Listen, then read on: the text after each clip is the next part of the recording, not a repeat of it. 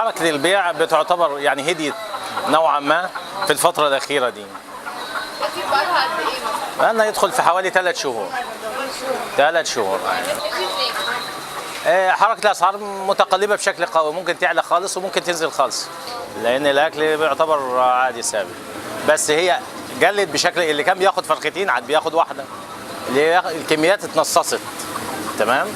حتى أنا بالنسبة لي بديت أنزل نص الشغل اللي أنا كنت بشتغله قبل كده. طب انت بالنسبه للاسعار ايه رايك فيها؟ الأسعار حاليا بتعتبر ماشية مع الوضع الحالي، لأن أسعار الدواجن بالذات.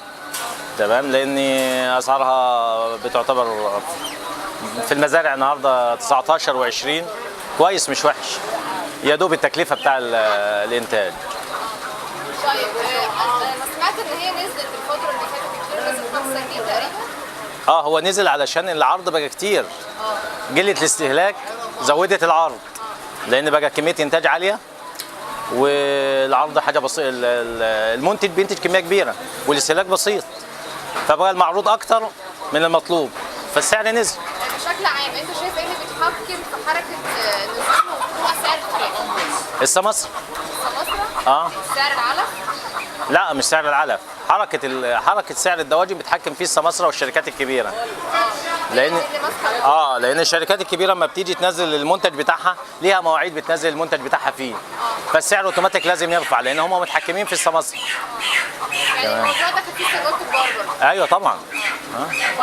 طيب بشكل عام لما الزباين بقى بتيجي تشتري بتبقى فاهمه الوضع ولا بتشتكي من غلاء الاسعار؟ عموما الكل بيشتكي من غلاء الاسعار اليومين دول. هل ممكن يجي لك حد يقول لك ان هو مش معاه مثلا وعاوز ياكل او عاوز الحركه على المنتج البسيط اللي هو الهيكل والجناح والرجول تعرف اكتر بكتير. يعني انا بعتبر من اول النهار لغايه دلوقتي انا من رجول الفراخ خلصانه على طول اول باول، ما بيتنش عندي مخزون. انا كنت في الفتره يعني من حوالي سنه كده كنت ارمي في اليوم حوالي 50 كيلو او اكتر من 50 كيلو رجول في الزباله. الكلاب اصلا. دلوقتي ما عادش، لا ده احنا كنا بنرميها في الزباله، انما دلوقتي ما عادش حاجه بتترمي في الزباله. كل المنتج او الفائض من الفراخ بيتباع وليه سعره. تمام، بيتحرك مع حركه السوق. طب انت شايف بشكل عام المواطن البسيط بقى يعمل ايه في وسط كل ده؟ يلجأ لربنا سبحانه وتعالى، هيعمل ايه يعني؟ عامة هي الحركة قلت اليومين دول من ساعة الأسعار ما غلت وهي الحركة قلت. بس فكل ما الأسعار بتغلى الحركة بتقل. الأسعار غلت من فترة قد ايه مثلا كده؟ عامة هو من قيمة سنتين 3 كده. سنتين 3. الأسعار رفعت خالص. رفعت وثبتت ولا رفعت؟ لا كل مدى بتزيد مش ثابتة على حال. طب شايف ايه اللي مخليها مش عاوزة الأسعار ما بتثبتش؟ ايه اللي بيخليها تزيد؟ على حسب اللي ماسكها اساسا، على حسب اللي ماسك الدوله. هو كده كل مدى بيرفع سعر. يعني احنا مثلا لما بنجيب الحاجه بنلاقي مثلا امبارح بتبقى بسعر والنهارده بسعر، ما حدش ثابت على سعر. بشكل عام بقى الناس لما بتيجي وبتشوف الاسعار دي بتعمل ايه؟ عامه في اللي بيشتري وفي اللي حالته على قده بيمشي طبعا. بيمشي. انهي الاكتر اللي بيمشي ولا اللي بيشتري؟ لا طبعا اللي بيمشي. او في كده وفي كده برضه، في اللي بياخد برضه، المضطر بيركب الصعب بياخد برضه بيبقى ماشي. الزباين اللي هم مش عاوزين يشتروا منك لا بياخدوا دول عامة. عشان احنا ما عندناش ذنب، زي ما بيجي لنا زي ما بنبيعه. بياخدوا بنفس النسبة اللي كان بياخد فيها قبل كده؟ لا طبعا قلت. يعني كان بياخد مثلا كيلو بقى بياخد كام؟ لا اللي بياخد كيلو بياخد نص كيلو الا ربع كده يعني عامة. هل بيقابلك ناس مش معاهم ان هم بيجوا يقولوا لك كده انا مش معايا مش قادر؟ طبعا. شايف ان الشريحة دي زادت ولا لا؟ طبعا. انت شايف بشكل عام يعني هل السوق محتاج رقابه؟ مثلا رقابه يبقى في رقابه على الاسعار ولا ايه؟ طبعا. لازم كده. لازم يكون في رقابه. شايف بشكل عام المواطن الفقير بقى يعمل ايه في وسط كل ده؟ ربنا يساعده بقى، ده حاجه ترجع له. ربنا يساعده. حابب توجه رساله معينه للحكومه؟ لا دي لا. ليه؟ مش عاوز يرخصوا لك الاسعار؟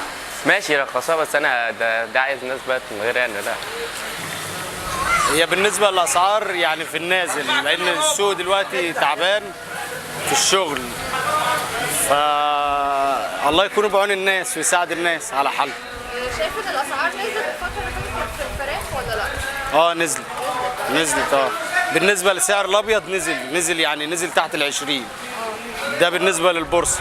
انما بالنسبه لتاجر الجمله مثلا بيحط له جنيه ونص، والمحل مثلا بيحط له جنيه ونص او 2 جنيه، فعلى ما بتوصل المستهلك توصل حوالي 23 او 24 جنيه.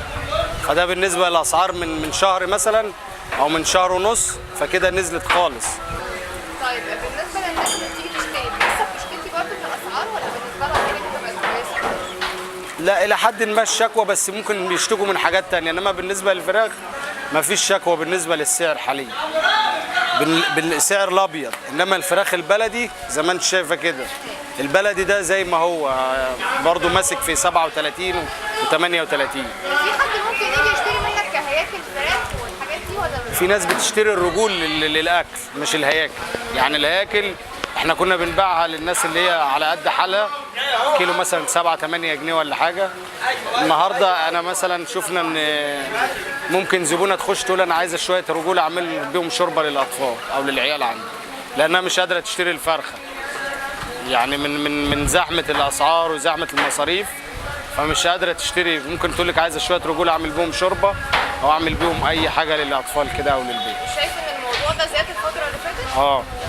زاد. كان في ناس بتقول زباينك مثلا من اول ما اشتروا منك وبقى بيعملوا دلوقتي؟ كتير جدا، كتير. يعني ممكن نسبه 20% او 15% تلاقي الزبون اللي كان بيشتري مثلا فرخ على مدار الاسبوع بشوفه مرتين او 3، عاد بيجي مره واحده.